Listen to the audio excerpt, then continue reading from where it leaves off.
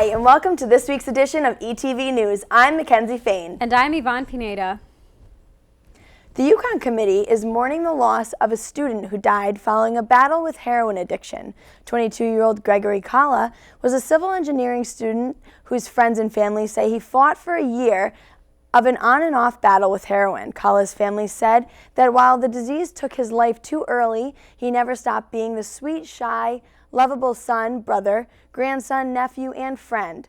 Health experts said the heroin problem is everywhere, and Yukon has been making an ongoing effort to provide counseling to Hella and his family, as well as the education for students and faculty on the issue. Dr. James O'Day of the Natchog Hospital and Mansfield Center said we need to use this as an opportunity to educate the public about the importance of the issue and helping people recognize that care and treatment is available and recovery happens every day as well. In the 24 hours leading up to 9:36 p.m. of Wednesday, February 17th, Derby police responded to 2 sudden deaths that were suspected to be caused by heroin overdoses. During the same time frame, police had to respond to another 2 medical emergencies that are presumably related to heroin as well. Wednesday night, Derby police issued a statement notifying the public that they are working to identify who supplied the heroin. Anyone with any information should contact Derby Police or Shelton Police. As reported by WFSB News, police are in the middle of a murder-suicide investigation. On Wednesday, a couple in Vernon was found dead in the morning by maintenance workers. Vernon police believe they have found most of what they need from the crime scene. However, it is unclear as to what caused the dispute and also who killed whom. According to LT William Meyer of the Vernon Police, they are not searching further for any more involved in the party or weapons. Police feel that there is no threat to neighbors. There has been a history with police arriving at the residence before, according to word of mouth. The couple has been identified as 53-year-old Allison Peterson and 59-year-old Eric Danziger. A 51-year-old attorney was shot to death by police officers in Fairfield on February 16th after allegedly stabbing and attacking his wife and 2 of their children in their home. Police responded to a domestic incident call at the home of Christopher Andrews at around 6 a.m. There, police say they found Andrews holding a knife, and when he refused to drop it, officers shot him. Andrews' wife, Kathleen Andrews, was found with stab wounds to the face and suffered injuries consistent with blunt force trauma. She is in critical condition at Bridgeport Hospital. Their 12-year-old son had blunt force wounds to the head and face and was taken to Yale New Haven Hospital in critical condition. 2 other children, ages 15 and 13, suffered undisclosed injuries and were hospitalized at St. Vincent's Hospital.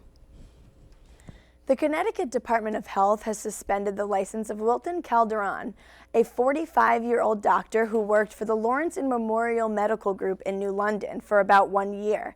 The suspension came after discovering that Calderon sexually assaulted 7 patients during exams in Plover, Wisconsin. Calderon was charged in Wisconsin and is due back in court in March. A judge has ordered Apple to comply with an FBI demand to unlock an iPhone used by one of the San Bernardino shooters, but the company has vowed to fight the decision. Apple wants to show that they are on the customer side, even if it means going directly against the government. Tim Cook, the CEO of Apple, wrote a forceful letter stating, "We cannot find no precedent for an American company being forced to expose its customers to a greater risk of attack. We feel we must speak up in the face of what we see as an overreach by the U.S. government. The battle could determine the future of encryption." Saturday, Yukon will host its annual Asian Night from 7 to 11 p.m. The event celebrates Asian cultures represented on Yukon's campus and beyond, much like Eastern's own Asian Cultural Society. The event always draws a huge crowd. It almost always sells out as well. It's a talent show featuring performances by Yukon Group, all dance groups, South Asian dance groups, Sakura, Husky Bhangra, which competes nationally, Shah Rukh Khan, a Bollywood dance theme, Husky Hungmaga, UConn's Asian a cappella group, and many more. Eastern's own Asian Cultural Society will be in attendance at this incredible event. Email Asian Cultural Society at my.easternct.edu or visit UConn's Asian American Cultural Center's website for more information. With Eastern students taking a long weekend to celebrate President's Day, ETV reporter Andrew Fitzgerald took to the streets to see if the students knew their presidential history. Andrew Fitzgerald here in the Student Center with ETV News, and since Monday was President's Day, we're going to ask some students very easy questions about a U.S. president to see how much they actually know about them. Let's take a peek. Who is our very first president? George Washington. Which president went to Eastern? None. Wow, good. Was that a guess or you just figured you'd... I knew that. Oh, okay. Who was the first president to live in the White House? John Adams. Was that a guess or you just know that off the top of your head? Know that. Pretty smart. How many U.S. states are named after a president? U.S. states? Think about it. 0? I don't know. It's one. Washington. Oh, okay, duh. Which college has the most presidents as alumni? Wow. As alumni. Harvard? Actually, you got that. That was good. Wow. Who was the oldest elected president? I have no idea. Want to need a hint? Yes. His initials are RR. Ronald Reagan. There you go. Who was the only president to serve more than 2 terms? John Adams? Think again. Is his name John? It is not. Is his name Bill? It is not. Is his name George? No. Is his name Adam? No. Is his name Chuck? It is not. Huh? Oh, Fitzgerald. Yeah, he got it. FDR. Who is our current president? Barack Obama. Do you know where he's from? Hawaii. There you go. Which college has the most presidents as alumni? No, not the University of Virginia. I'm going to say Yale. Close. It's an Ivy League. Well, then I'm going to say Harvard. There you go. Why do we celebrate 4th of July? Why do we celebrate July 4th? Independence? Isn't that Independence Day? Do you know who we got independence from? England. Who was the tallest president? Benjamin Franklin. You want a hint? Sure. Black hat? Abraham Lincoln, you're right, 7'2"? Oh, no, he was 6'4". He wasn't that tall. No, it's okay. Name 3 people that are currently going to run for president in 2016.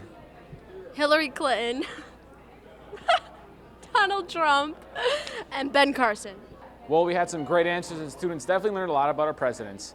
That's all from the Student Center. I'm Andrew Fitzgerald with ETV News. Thank you, Andrew. Glad to see Eastern students are up to date on their history. The Connecticut Food Bank's mobile food pantry takes place at the First Congregational Church, 199 Valley Street in Willimantic, Connecticut. The mobile food pantry program is an outreach program designed to bring food directly to neighborhoods where low-income people lack access to food. Eastern volunteers assist with food distribution on the 4th Tuesday of each month. The group will depart from CCCE House at 12:30. It will take place between 12:45 and 2:45 p.m. If interested, you may register on Eastern's webpage. On Saturday, March 15th, the Eastern Connecticut State University Foundation will hold its annual Bowl-a-thon. The event will take place at Willie Bowl on Route 6 in North Windham at 11 in the morning. ECSU bowlers will be paired with local Windham Middle School students to raise money for the foundation scholarship. Each team will be sponsored by businesses from around the area and receive a free shirt and lunch for participating in the event. Last year, 183 bowlers took part in the annual event and raised nearly $10,000. This year, the ECSU Foundation looks to exceed that amount with the help from Eastern faculty, staff, alumni, and students. If you would like to volunteer for the Bowl-a-thon, donate, or learn more about the event, contact the Center for Community Engagement. The Special Olympics is the world's largest program of sports training and competition with individuals with intellectual disabilities. You can contribute by becoming a volunteer at the 36th Annual Wyndham Invitational Swim Meet. This event will be on Saturday, March 14th at the Wyndham High School from 8:30 a.m. to 4:30 p.m. Volunteers can choose to participate in different events such as arts and crafts, pool area, food concessions, athlete escorts, and the list goes on and on. Please be sure to register prior to February 20th.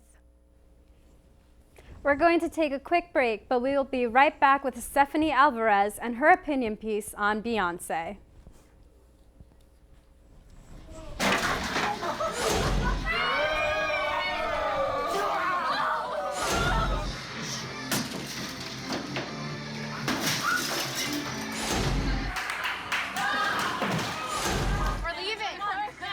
Most party fouls are pretty dumb. But if you decide to drink and drive underage, you could lose your license and your freedom. Underage drinking and driving. The ultimate party foul. I dare you. I dare you to change the world. Yeah, you. Getting that college education. I dare you to be somebody important. Like be a teacher or a reality TV star. I dare you to stand up here. To call the shots. To be a role model. An inspiration. An innovator. To be a teacher. Think you can change my life? Make me excited about science like you. Have a career that really means something? Then do it. I dare you.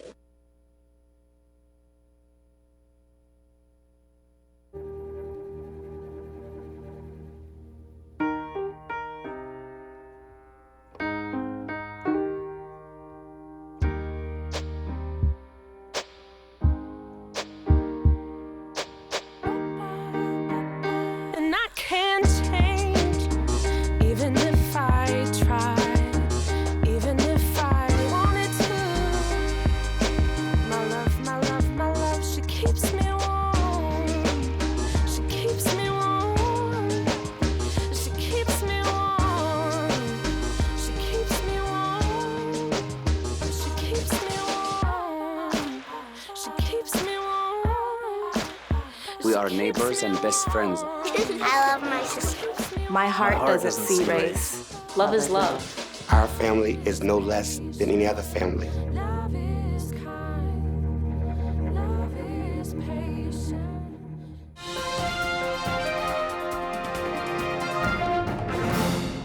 Hello, Eastern. My name is Stephanie Alvarez, and here I am with this week's editorial. This week, I want to talk about a female artist I've looked up to since my awkward preteen years, Beyonce. She released a new song with an accompanying video on February 6th, the day before her Super Bowl performance, and has created a bit of a buzz, mostly because it directly challenges some of the social issues we've been facing as a nation for the past several decades. Now, in the past 2 years, race has become a front and center issue for mainstream American politics. From police brutality to media representation, we've been seeing a lot of talk, anger, and confusion over what race actually means in everyday life. That's the background for Beyonce's Formation. She dropped the video with zero fanfare, and it took a lot of people by surprise. Beyonce and Jay-Z have actually been quite involved in the Black Lives Matter protests, but has nowhere near the publicity that Formation did. This publicity is due to the video's mixture of events that display racial prejudice and outward admiration for Black beauty. In other words, Formation is black and proud. The lyrics praise Black beauty and Black standards of beauty and embrace Black culture. The video shows police lined up in riot gear and surrendering to a little Black boy dancing in a hoodie, a shadow to recent protests about the deaths of unarmed Black men and women at the hands of police. Beyonce sings a New Orleans Police Department car while images of the floods after Katrina flash by, reference to the man-made part of this disaster, bad levee management, poor response times, tone-deaf politicians, police murdering Black civilians, and racially loaded media coverage. Women wear their hair naturally. A wall has "Stop Shooting Us" painted on it. Beyonce recreates images of the Creole woman of color in New Orleans showing Black women in power at a time we only think of them as slaves. It's a very politically charged video. Not only is she celebrating Black culture, she's blatantly referencing modern-day racism. On top of that, she performed at the Super Bowl with dancers wearing outfits that were very similar to the Black Panthers, a controversial organization that no matter what your opinion of their overall overall record is, was founded as a group that could monitor and bear witness to police brutality in the 1960s. The reaction, as you can imagine, has been enormous. There are protests against the NFL for allowing Beyonce's dancers to look like terrorists and equating the Black Panthers to the KKK. There have been complaints from white Louisianans saying that Beyonce had unnecessarily turned Katrina into a racial event. There has been a lot of general and mostly benign surprise from white fans that simply didn't expect Beyonce to stray from her low controversy, very mainstream image. If you were to ask me, I would say Beyonce has reached a point in her career where anything she does will be immediate news, and she doesn't have to cater to a specific set of expectations for people to pay attention. She's more comfortable sharing her political views through music and should exercise her right to do so. I would say she's serving as the voice for the up-and-coming generation of millennials that are tired of dealing with the same issues our grandparents were fighting for in the 20th century. And we'll be right back after these quick messages. Next on ETV News, Amanda Zeitel asks Eastern students about their Valentine's Day, and Aaron takes on the new Fine Arts Building. All this and more when ETV News returns.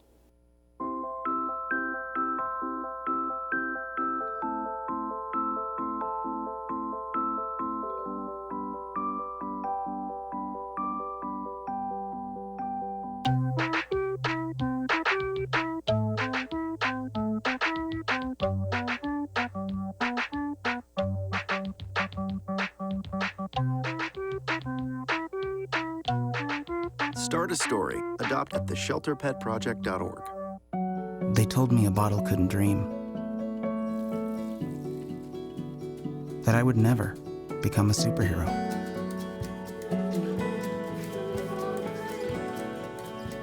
But I learned how to fly. Just to come back in a new disguise. And be the hero that I've always wanted to be.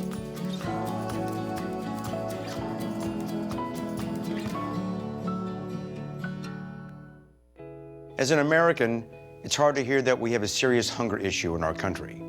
And as a parent, it's even harder to hear that 1 in 5 of our kids struggles with hunger, especially when billions of pounds of good food are wasted every year.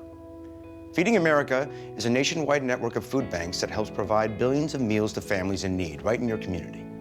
Visit feedingamerica.org to support Feeding America and your local food bank. Together we can solve hunger. Together, we're Feeding America.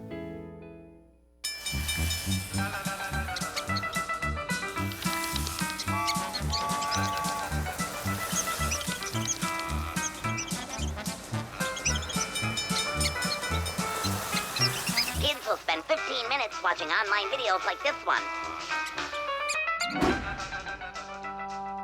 Brushing for 2 minutes now can save your child from severe tooth pain later. 2 minutes, twice a day. They have the time.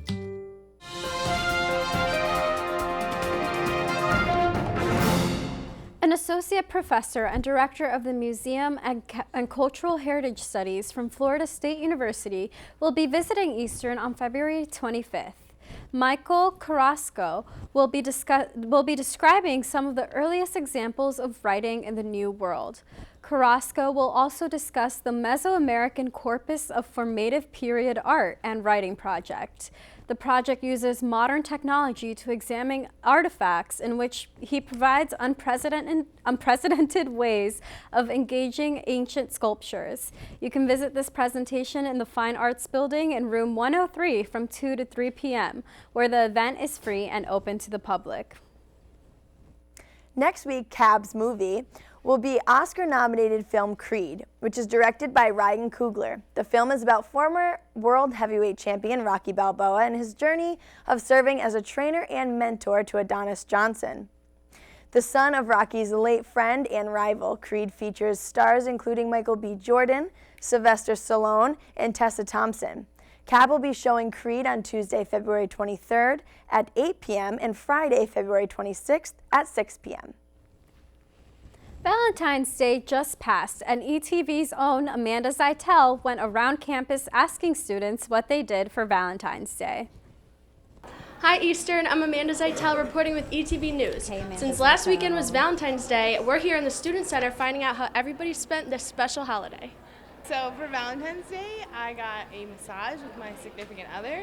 I'd been with him for 4 years, and this is our 5th Valentine's Day, so we got massages, and he gave me roses, and it was really romantic and nice. On Valentine's Day, me and my friend hung out, and we ate milkshakes and fries and just enjoyed each other's company. On Valentine's Day, we went to Hooters, and then we shredded a picture, and you're supposed to do it of your ex to get free wings, but we just did it of our friends. Then you got 10 free wings. Yeah. I worked 7 hours in a pizza place that was pretty busy, more busy than we were expecting it to be. And while doing that, if that wasn't romantic and fun enough, I was battling a sickness, which if anybody has ever been sick knows how much of a joy that is. Okay, so I started off the day with eating like half of a cheesecake, which was pretty awesome, and then ended off with a nice date. And he bought me some more cheesecake, so it worked out. This Valentine's Day, me and my girlfriend went to a restaurant, and I proposed to her, and we're getting married this summer. And it's going to be in Punta Cana. You guys should all come. So me and Bay watched a movie and baked cupcakes. Me and my roommates, we woke up and realized we didn't have any girlfriends, so we went on a romantic date to Royal Buffet, Willimantic's classiest all-you-can-eat buffet. Valentine's Day, I definitely had a Valentine. It was my girlfriend Natalie, and we've been waiting to go to this place in Groton. Probably everyone knows it. It's called Paul's Pasta. We haven't gone there in a long time. Never heard of it. Really? It's a great little Italian place. You should go. It's in Groton. But no, we went there for the first time ever, and we had a great dinner and just a good night. It was a good day. Good Valentine's Day. We exchanged some gifts in the afternoon, so it was fun. It was really fun and different for me. Well, I was betrayed during Valentine's Day. What happened was I took a sip of coffee and I burned my mouth. So it was a really traumatic experience for me in terms of Valentine's Day, because I love coffee, but coffee betrayed me this time around because it was way too hot for my mouth to handle. So I burned my mouth, and then followed by, I ordered a slice of pizza, and it turned out that the pizza was a little bit too hot for my mouth as well, so I burned my tongue eating a slice of pizza. So I was betrayed twice on Valentine's Day. Yeah. Sounds like everybody made the most of their Valentine's Day. I'm Amanda Zeitel reporting with ETV News, and that's all for this time. Thank you, Andrew. Glad to see everyone was able to enjoy Valentine's Day.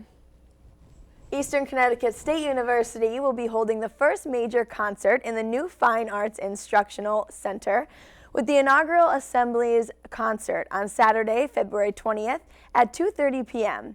The Eastern Music Program will be presenting a concert of vocal and instrumental music with features from ensembles including vocal and instrumental ensembles. The concert is free and public is invited to attend. With all the new hype of the new Fine Arts building, Era Fitzsimons had to go to the building to see if it was nice as everyone was saying. Let's see what she has to say about it. Hey everyone, I'm Erin Fitzsimons here for ETV News, where I'll be exploring the Fine Arts Instructional Center that previously opened last month. Let's go check it out. 118,000 square feet, new Fine Arts Instructional Building opened January in 2016, the new home of Eastern's arts and art history, theater and music programs, as well as the university's art gallery. The Fine Arts Instructional Center provides lecture, rehearsal, studio, and performance spaces for students to explore their creativity and to share it with campus audiences and regional patrons. We spoke to Professor Afareen Romano Farr about her opinion on the new Fine Arts building. It's so convenient, and another aspect of, besides the beauty, I think it's the convenient that it's the accessible to any other parts of the campus as opposed to Schaefer that we used to be at. Mm-hmm. It's more inviting kind of building for the community, and they're everybody. Anybody that I talk to outside of the school, it seems like they already know about this. They're already excited about it, and they wanted to come in. They come in and they take tours, and it seems like that. They feel more, kind of integrated, kind of. I'm just quoting some of the statements that one of my students, she was making. She said, I feel like that I'm in a real art school now. Fine Arts Instructional Center also includes state-of-the-art audio and visual equipment, professional theater lighting, sound systems to provide students tools they need in today's professional art environments. We spoke to an Eastern student today about her thoughts on the Fine Arts building. Wow, I'm a voice major, so I'm always practicing. So I think on the second floor there's like 8 to 10 practice rooms, so I'm always there, and I think they're just very nice compared to the ones we had in Schaefer. Cool. It's really amazing being the first people to use it here. Yeah. And I was in Corral a few weeks ago, and we wrote like time capsule letters kind of for the future generations, and I'm very eager to see what they do at this building. Cool. Well, it sure seems like this building will be at great use for students here at Eastern and the wider community of Windham County. Coming to you from the Fine Arts Building, reporting for ETV News, I'm Erin Fitzsimons, and as always, take it easy, Eastern. Thank you, Erin. What a beautiful building. Next week is full of campus events featuring food for those of you who are looking for a change from Hurley. Monday morning from 8 to 10:30 is Breakfast with Now in the Student Center vending area. Answer a trivia question and get a free breakfast item. You don't even have to get it right to win. Right after that, OLS will be having a bake sale in the Webb Hall lobby until 2 p.m. They promised hot chocolate, sweets, and authentic Hispanic desserts. Wednesday, CAB will be hosting a rare daytime event in the Stew lobby called the Rock and Roll Diner. The theme calls for rock and roll music, diner food, Polaroid picture taking, and fun activities, so don't miss out. Finally, Hillel will have its weekly Shabbat dinner on Friday at 8 in the Night House located behind Winthrop Hall. Hillel welcomes everyone to join in the celebrating delicious food and Jewish culture. And we'll be right back with this week's sports update.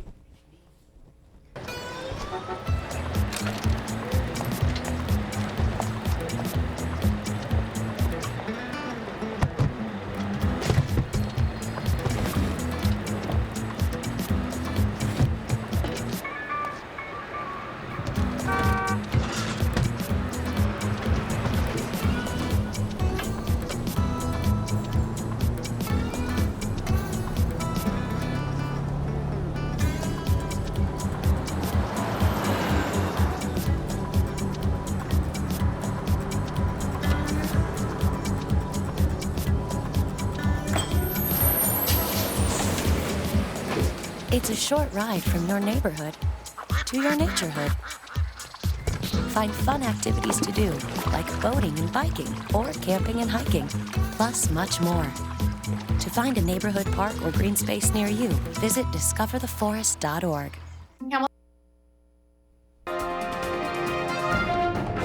Welcome back. I'm Zach Burnett with this week's sports update. The 37th Annual New England Intercollegiate Swimming and Diving Association Championship, the women's swimming team managed to grab 6th place. Senior Rebecca Stewart and freshman Molly Lasto each swam to an all-star recognition in all of their 3 individual events and with 1 relay. Molly Lasto managed to break all 3 backstroke records in the process. With a chance to grab the top seed in the conference, the men's basketball team fell short with a surprising 75-49 loss to rival Keene State. This loss for the men snaps an 8-game regular season winning streak. It was a rough shooting affair to say the least, as only one player in the starting lineup scored in double digits. 2 players altogether managed to score in double digits. Trayson Preston had 14 points, and David Canny off the bench had 6 rebounds and 10 points. Hugh Lindo was held to 2 points and 4 rebounds after coming off a career best in monster game 30 points and 16 rebounds in the last game against UMass Dartmouth. Tarchie Brown was also held to 4 points in this one. Eastern shot a tough 33.3% from the field as a team in this one. Keene State took advantage of points off turnovers and points in the paint. The Warriors now have to go on the road Saturday and defeat UMass Boston in the season finale to wrap up the #1 seed overall and host the conference tournament once again. For the women's, it was a different story. They managed to clinch another Little East Conference regular season title for the 2nd straight season, defeating the women of Keene State in a comfortable 63-50 contest. Jordan Nappy led her team in points with 20 after coming off a last game with 19. Jill Rytrowski managed another double-double in the season with 11 points and 10 rebounds. Aaron Brooks also added on with 7 points and 10 rebounds for herself as well. Alexis Foster came off the bench with 11 points and added 6 boards. Their next game is this Saturday at UMass Boston as they wrap up their regular season finale as well. Well, that's all I have for you with this week's Sports Update. I'm Zach Burnett. And that's it for this week's show. If you want to see more episodes, visit ETV's YouTube channel. Thanks for watching, and be sure to tune in next week. Good night, Eastern, and most of all, stay amazing.